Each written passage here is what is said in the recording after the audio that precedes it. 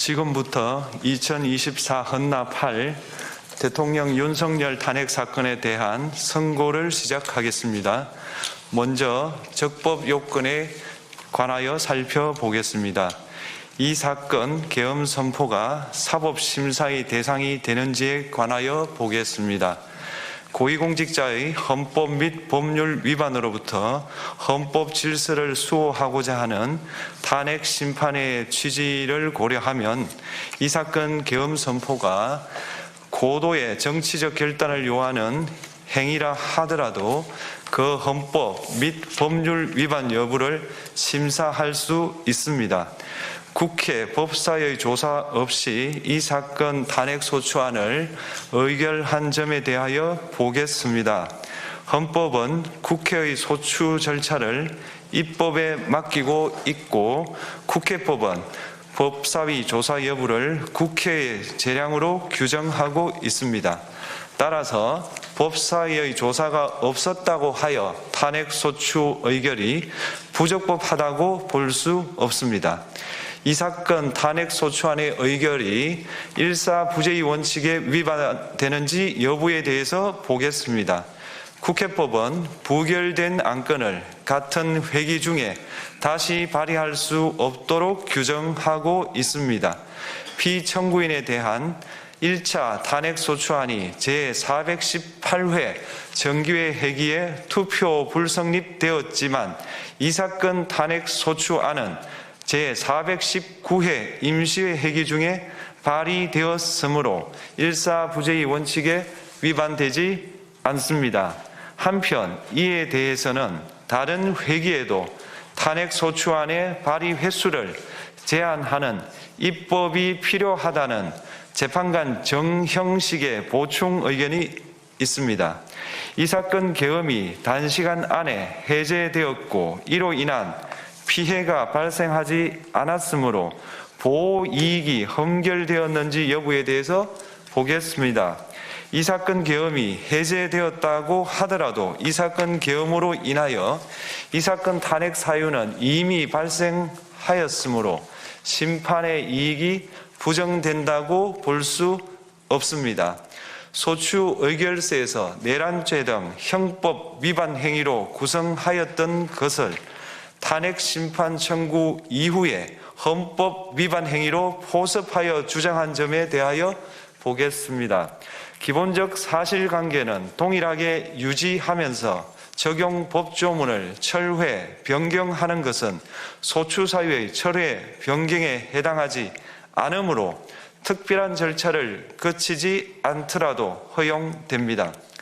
피청구인은 소추 사유에 내란죄 관련 부분이 없었다면 의결 정족수를 충족하지 못하였을 것이라고 주장하지만 이는 가정적 주장에 불과하며 객관적으로 뒷받침할 만한 근거도 없습니다. 대통령의 지위를 탈취하기 위하여 탄핵 소추권을 남용하였다는 주장에 대하여 보겠습니다. 이 사건 탄핵 소추안의 의결 과정이 적법하고 피소추자의 헌법 또는 법률 위반이 일정 수준 이상 소명되었으므로 탄핵 소추권이 남용되었다고 볼 수 없습니다. 그렇다면 이 사건 탄핵 심판 청구는 적법합니다. 한편 증거법칙과 관련하여 탄핵 심판 절차에서 형사소송법상 전문법칙을 완화하여 적용할 수 있다는 재판관 이미선, 김형두의 보충 의견과 탄핵 심판 절차에서 앞으로는 전문법칙을 보다 엄격하게 적용할 필요가 있다는 재판관 김복형, 조한창의 보충 의견이 있습니다. 다음으로 피청구인이 직무집행에 있어 헌법이나 법률을 위반하였는지 피청구인의 법 위반 행위가 피청구인을 파면할 만큼 중대한 것인지에 관하여 살펴보겠습니다. 우선 소추 사유별로 살펴보겠습니다. 1. 이 사건 계엄 선포에 관하여 보겠습니다. 헌법 및 계엄법에 따르면 비상계엄 선포의 실체적 요건 중 하나는 전시, 사변 또는 이에 준하는 국가 비상사태로 저가 교전 상태에 있거나 사회 질서가 극도로 교란되어 행정 및 사법 기능의 수행이 현저히 곤란한 상황이 현실적으로 발생하여야 한다는 것입니다. 피청구인은 야당이 다수 의석을 차지한 국회의 이례적인 탄핵소추 추진, 일방적인 입법권 행사 및 예산 삭감 시도 등의 전횡으로 인하여 위와 같은 중대한 위기사항이 발생하였다고 주장합니다. 피청구인의 취임 후 이 사건 계엄 선포 전까지 국회는 행안부 장관, 검사, 방통위위원장, 감사원장 등에 대하여 총 22건의 탄핵소추안을 발의하였습니다. 이는 국회가 탄핵소추 사유의 위헌위법성에 대해 숙고하지 않은 채 법 위반의 의혹에만 근거하여 탄핵심판 제도를 정부에 대한 정치적 압박 수단으로 이용하였다는 우려를 낳았습니다. 그러나 이 사건 계엄 선포 당시에는 검사 1인 및 방통위위원장에 대한 탄핵심판 절차만이 진행 중이었습니다. 피청구인이 야당이 일방적으로 통과시켜 문제가 있다고 주장하는 법률안들은 피청구인이 제의를 요구하거나 공포를 보류하여 그 효력이 발생되지 않은 상태였습니다. 2025년도 예산안은 2024년 예산을 집행하고 있었던 이 사건 계엄 선포 당시 상황에 어떠한 영향을 미칠 수 없고 위 예산안에 대하여 국회 예결특위의 의결이 있었을 뿐 본회의의 의결이 있었던 것도 아닙니다. 따라서 국회의 탄핵소추, 입법, 예산안 심의 등의 권한 행사가 이 사건 계엄 선포 당시 중대한 위기 상황을 현실적으로 발생시켰다고 볼 수 없습니다. 국회의 권한 행사가 위법, 부당하더라도 헌법재판소의 탄핵 심판, 피청구인의 법률안 제의 요구 등 평상시 권력 행사 방법으로 대처할 수 있으므로 국가 긴급권의 행사를 정당화할 수 없습니다. 피청구인은 부정선거 의혹을 해소하기 위하여 이 사건 계엄을 선포하였다고도 주장합니다. 그러나 어떠한 의혹이 있다는 것만으로 중대한 위기 상황이 현실적으로 발생하였다고 볼 수는 없습니다. 또한 중앙선관위는 제22대 국회의원 선거 전에 보안 취약점에 대하여 대부분 조치하였다고 발표하였으며 사전, 우편, 투표함, 보관장소, CCTV 영상을 24시간 공개하고 개표 과정에 수검표 제도를 도입하는 등의 대책을 마련하였다는 점에서도 피청구인의 주장은 타당하다고 볼 수 없습니다. 결국 피청구인이 주장하는 사정을 모두 고려하더라도 피청구인의 판단을 객관적으로 정당화할 수 있을 정도의 위기 상황이 이 사건 계엄 선포 당시 존재하였다고 볼 수 없습니다. 헌법과 계엄법은 비상계엄 선포의 실체적 요건으로 병력으로서 군사상의 필요에 응하거나 공공의 안정질서를 유지할 필요와 목적이 있을 것을 요구하고 있습니다. 그런데 피청구인이 주장하는 국회의 권한 행사로 인한 국정마비 상태나 부정선거 의혹은 정치적, 제도적, 사법적 수단을 통하여 해결하여야 할 문제이지 병력을 동원하여 해결할 수 있는 것이 아닙니다. 피청구인은 이 사건 계엄이 야당의 전횡과 국정위기 상황을 국민에게 알리기 위한 경고성 계엄 또는 호소형 계엄이라고 주장하지만 이는 계엄법이 정한 계엄 선포의 목적이 아닙니다. 또한 피청구인은 계엄 선포에 그치지 아니하고 군경을 동원하여 국회의 권한 행사를 방해하는 등의 헌법 및 법률 위반 행위로 나아갔으므로 경고성 또는 호소형 계엄이라는 피청구인의 주장을 받아들일 수 없습니다. 그렇다면 이 사건 계엄 선포는 비상계엄 선포의 실체적 요건을 위반한 것입니다.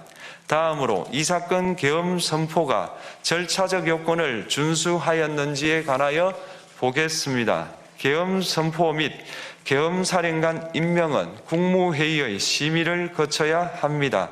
피청구인이 이 사건 계엄을 선포하기 직전에 국무총리 및 9명의 국무위원에게 계엄 선포의 취지를 간략히 설명한 사실은 인정됩니다. 그러나 피청구인은 계엄사령관 등 이 사건 계엄의 구체적인 내용을 설명하지 않았고 다른 구성원들에게 의견을 진술할 기회를 부여하지 않은 점을 고려하면 이 사건 계엄 선포에 관한 심의가 이루어졌다고 보기도 어렵습니다. 그 외에도 피청구인은 국무총리와 관계 국무위원이 비상계엄 선포문에 부서하지 않았음에도 이 사건 계엄을 선포하였고 그 시행 일시, 시행 지역 및 계엄사령관을 공고하지 않았으며 지체 없이 국회에 통고하지도 않았으므로 헌법 및 계엄법이 정한 비상계엄 선포의 절차적 요건을 위반하였습니다. 2. 국회에 대한 군경 투입에 관하여 보겠습니다. 피청구인은 국방부 장관에게 국회에 군대를 투입할 것을 지시하였습니다. 이에 군인들은 헬기 등을 이용하여 국회 경내로 진입하였고 일부는 유리창을 깨고 본관 내부로 들어가기도 하였습니다. 피청구인은 육군 특수전 사령관 등에게 의결 정족수가 채워지지 않은 것 같으니 문을 부수고 들어가서 안에 있는 인원들을 끄집어내라는 등의 지시를 하였습니다. 또한 피청구인은 경찰청장에게 계엄사령관을 통하여 이 사건 포고령의 내용을 알려주고 직접 6차례 전화를 하기도 하였습니다. 이에 경찰청장은 국회 출입을 전면 차단하도록 하였습니다. 이로 인하여 국회로 모이고 있던 국회의원들 중 일부는 담장을 넘어가야 했거나 아예 들어가지 못하였습니다. 한편 국방부 장관은 필요시 체포할 목적으로 국군 방첩사령관에게 국회의장, 각 정당 대표 등 14명의 위치를 확인하라고 지시하였습니다. 피청구인은 국가정보원 1차장에게 전화하여 국군 방첩사령부를 지원하라고 하였고 국군 방첩사령관은 국가정보원 1차장에게 위 사람들에 대한 위치 확인을 요청하였습니다. 이와 같이 피청구인은 군경을 투입하여 국회의원의 국회 출입을 통제하는 한편 이들을 끌어내라고 지시함으로써 국회의 권한 행사를 방해하였으므로 국회에 계엄 해제 요구권을 부여한 헌법 조항을 위반하였고 국회의원의 심의 표결권, 불체포 특권을 침해하였습니다. 또한 각 정당의 대표 등에 대한 위치 확인 시도에 관여함으로써 정당 활동의 자유를 침해하였습니다.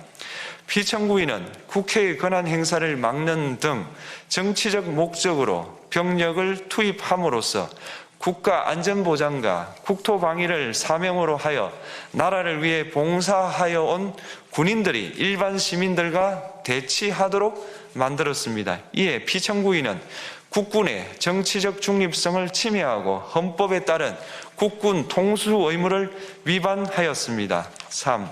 이 사건 포고령 발령에 관하여 보겠습니다. 피청구인은 이 사건 포고령을 통하여 국회, 지방의회, 정당의 활동을 금지함으로써 국회에 계엄 해제 요구권을 부여한 헌법조항, 정당 제도를 규정한 헌법조항, 대의민주주의 권력분리 원칙을 위반하였습니다. 비상계엄 하에서 기본권을 제한하기 위한 요건을 정한 헌법 및 계엄법 조항, 영장주의를 위반하여 국민의 정치적 기본권, 단체 행동권, 직업의 자유를 침해하였습니다. 4. 중앙선관위에 대한 압수수색에 관하여 보겠습니다. 피청구인은 국방부 장관에게 병력을 동원하여 선관위의 전산 시스템을 점검하라고 지시하였습니다. 이에 따라 중앙선관위 청사에 투입된 병력은 출입 통제를 하면서 당직자들의 휴대전화를 압수하고 전산 시스템을 촬영하였습니다. 이는 선관위에 대하여 영장 없이 압수수색을 하도록 하여 영장주의를 위반한 것이자 선관위의 독립성을 침해한 것입니다. 5. 법조인에 대한 위치 확인 시도에 관하여 보겠습니다. 앞서 말씀드린 바와 같이 피청구인은 필요시 체포할 목적으로 행해진 위치 확인 시도에 관여하였는데 그 대상에는 퇴임한 지 얼마 되지 않은 전 대법원장 및 전 대법관도 포함되어 있었습니다. 이는 현직 법관들로 하여금 언제든지 행정부에 의한 체포 대상이 될 수 있다는 압력을 받게 함으로 사법권의 독립을 침해한 것입니다.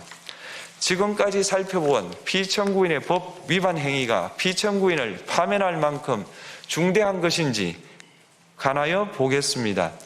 피청구인은 국회와의 대립사항을 타개할 목적으로 이 사건 계엄을 선포한 후 군경을 투입시켜 국회의 헌법상 권한 행사를 방해함으로써 국민 주권주의 및 민주주의를 부정하고 병력을 투입시켜 중앙선관위를 압수수색하도록 하는 등 헌법이 정한 통치구조를 무시하였으며 이 사건 포고령을 발령함으로써 국민의 기본권을 광범위하게 침해하였습니다.